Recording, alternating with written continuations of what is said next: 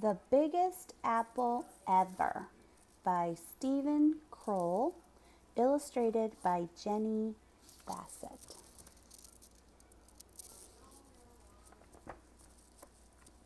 Once there were two mice who fell in love with the same apple pie, but you had to be there to see how it happened.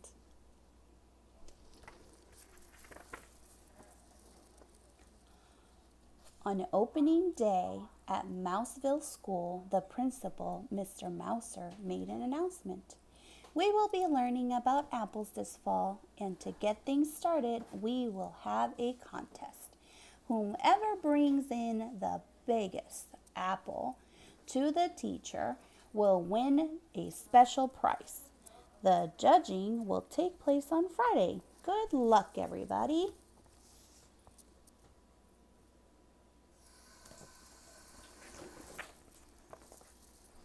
I have an apple tree in my backyard, said Penelope. I bet it has really big apples. There's an apple tree across from my house, said James. I'm going to climb it as soon as I get home. I don't have any apple trees, said Clayton, the house mouse, but I'm going to find Mrs. Mousley the biggest apple ever. No, you're not, said his friend Desmond, the field mouse. I am. Oh, yeah, said Clayton. Yeah, said Desmond.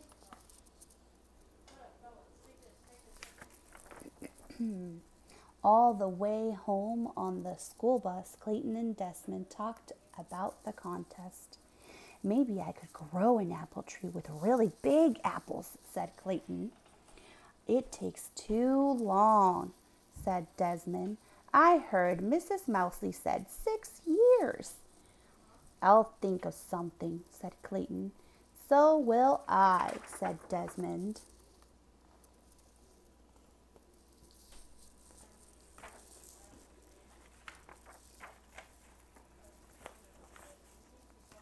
When Clayton got off the bus, he sneaked back into town to see what Penelope and James were up to.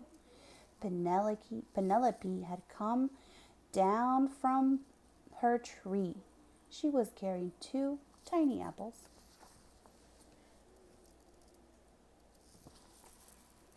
James was still up in the tree, in the tree across the street. He was picking very small apples. Clayton knew he'd seen bigger ones at the market. When Desmond came by a little later, he realized the same thing.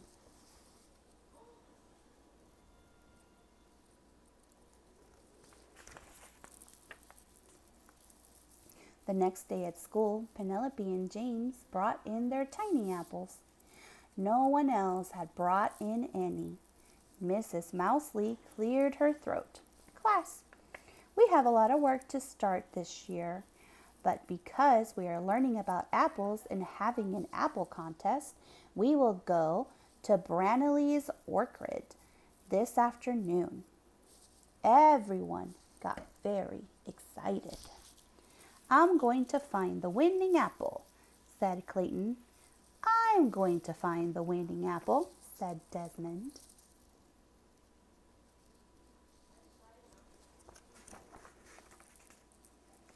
At the orchard, Mrs.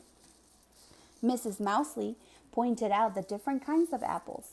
Then everyone disappeared into the trees looking for a winner. Clayton walked down one row, craning his neck.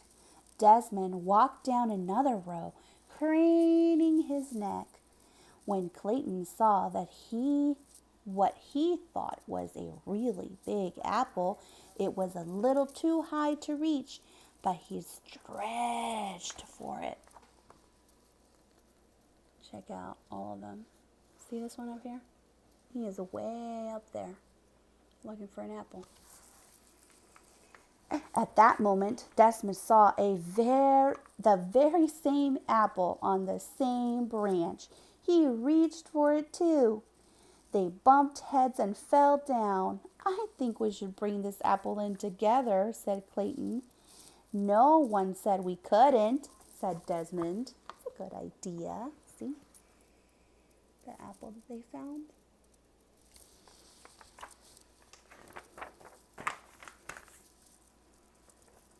But when they got back to the bus, James had an apple that was even bigger. The apple was so big he could hardly carry it. Clayton and Desmond looked at each other. What would they do now?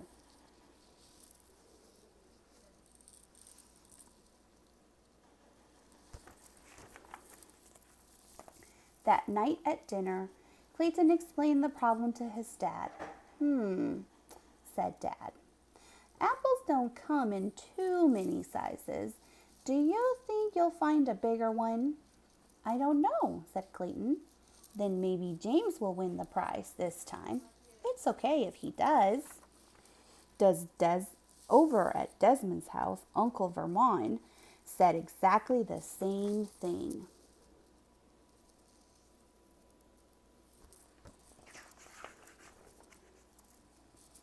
But Clayton and Desmond were still determined. The next afternoon, they met at Brandity's orchard. That word is hard for me. They picked 2 huge baskets of apples, but nothing they found was bigger than the apple James had picked. You know, Clayton said, I think Dad was right. This time James gets to win. But we've got all these apples. Why don't we bake a big apple pie? Desmond laughed. Great! Let's bake the biggest apple pie ever and we'll make it for our class. Clayton nodded. And I think I know where we'll find a pie pan that's big enough. Look at all the apples they collected.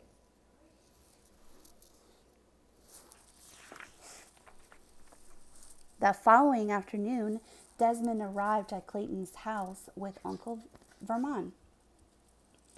Everything's packed up and ready, Clayton said. It's all in Dad's truck. But where are we going? Desmond asked. You'll find out in a minute, said Clayton. Get all the apples in the truck. Where do you think they would cook something that big? Dad drove with Clayton and Desmond in beside him in the front seat. Uncle Vernon stayed in back with the apples and other ingredients for the great giant pie. As they came around the corner, Desmond gasped. Tony's Pizza, of course, said Clayton. What could be better than a giant pizza pan?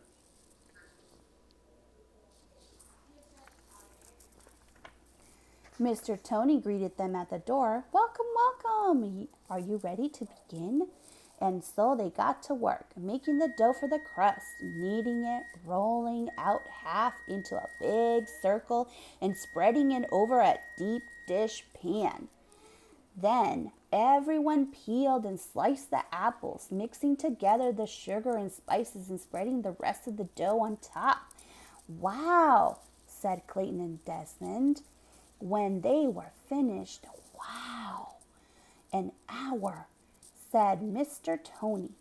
Give it an hour. The giant pan just fits into this huge oven.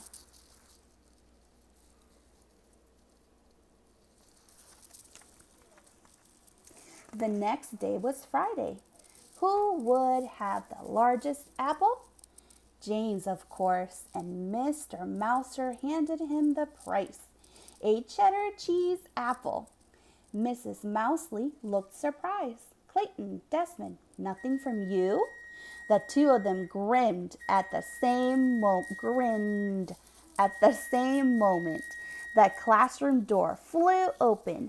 In came Clayton's dad, Uncle Vernon, and Mr. Tony, struggling to carry a giant pie by themselves. Check out that big pie. How wonderful, Mrs. Mosley said.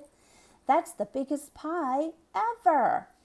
We made it for the whole class, said Clayton. All of us together, said Desmond. They shared a high five, and everyone in the class had a very big slice.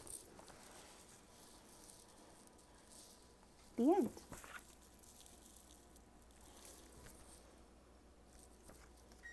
The biggest apple ever. Hope you like that story.